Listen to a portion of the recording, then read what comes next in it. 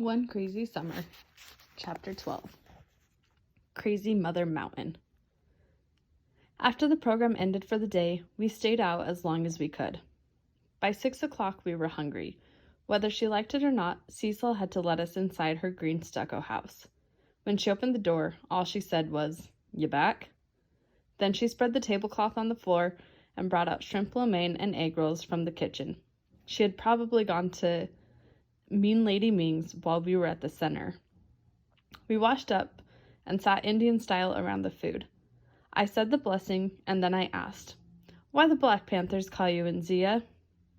No use letting my curiosity go itching. If I had to ask someone, I might as well go straight to the mountain, the crazy Mother Mountain. She gave me a blank stare, like I said something wrong. Then she corrected me. Nazila. In place of shrugs, my sister and I shot one another glances. This was not a Brooklyn sound, or an Alabama sound. It was probably not even an honest-to-goodness Oakland sound. Instead of trying it out, I said, "Why they call you that?" My sisters followed. "Isn't your name Cecil?" "Yeah, Cecil." She said, "My name is Nazila. Nazila is a poet's name. My poems blow the dust off surfaces to make clear and true paths. Nazila." I gave her a plain stare, plain and blank. It might as well have been an eye roll. She probably hated my father's plain face on me, that the plain way about him was the plain way about me. I didn't know about blowing dust and clearing paths. I knew about hot combing thick heads of hair and ironing pleated wool skirts for school. She said, "It's Yoruba for the path." I knew better than to roll my eyes at her so-called name and where she said it come from. Instead, I asked her where Yoruba was. She quickly told me it was a people, a nation, in the land of our ancestors. Vanetta asked, "You mean Prattville, Alabama?" This time, I wouldn't kick Vanetta. Good old Vanetta. Prattville was where Papa and Big Ma were originally from. They weren't from Big City Mobile, Montgomery, or Selma, but from Prattville. And truth be told, my dad and my grandma came from a one-cow town rubbing next to Prattville. They just said Prattville because it was more known. I asked, "So you can change your name anytime you want to?" Vanetta, "To anything you want to?" Fern, "To anything you can spell?" Cecil said, "It's my name, myself. I can name myself. And if I'm not the one I was, but am now a new self, why would I call myself by an old name?"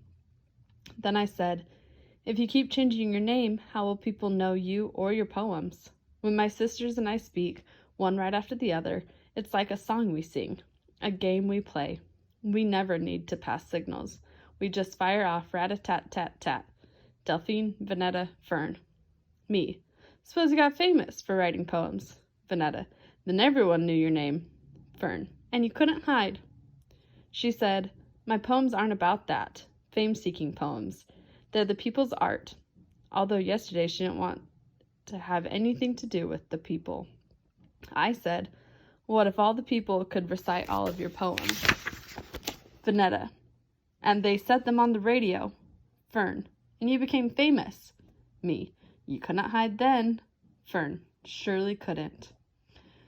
She said, "Who you all working for? I think y'all working for the man undercover, the FBI, the COINTELPRO." I knew about the FBI from the Sunday night show and from the news, but who were the COINTELPRO? Cecil knew she had us baffled and took control of the talk like she had grabbed both the ball and the jacks. "Oh, they're slick all right," she said. "The feds hire midgets to front as kids. They infiltrate families with long-lost cousins who don't look a thing like you, but you take them in because that's how colored folks do. And before you can say, 'way down home,' your long-lost kin are documenting your every move for their weekly secret meetings with the man." "Family don't tell on family," I said. "Not real family." "Surely don't." "That's what you think," Cecil said. She went after Vanetta first because Vanetta was needy in a way that Fern and I weren't. Her eyes stayed wide and fearful. They get you alone and scared. They say, "Vanetta Gaither, do you love your country? Do you love your father, your sisters, your Uncle Donnell in Vietnam, and Big Ma in Brooklyn? At Fern, she aimed. Little girl, do you love your doll baby? Do you love Captain Kangaroo, your kindergarten teacher, graham crackers, and story time? Well, if you want to keep all that safe, tell us all you know about the person named Cecil Johnson, also known as your mother. Fern said her name was not Little Girl, that she was going into the 2nd grade, and that she watched Mighty Mouse and not Captain Kangaroo. Before Cecil got to me, I said, "They don't ask kids nothing. No one listens to kids." If this was Red China, they would. The Red Chinese Communist Party don't play. Kids younger than Little Girl turned their mother and father over to the Reds for treason and re-education. We're not in Red China, I told her. To that, she only grunted like, that's what you think.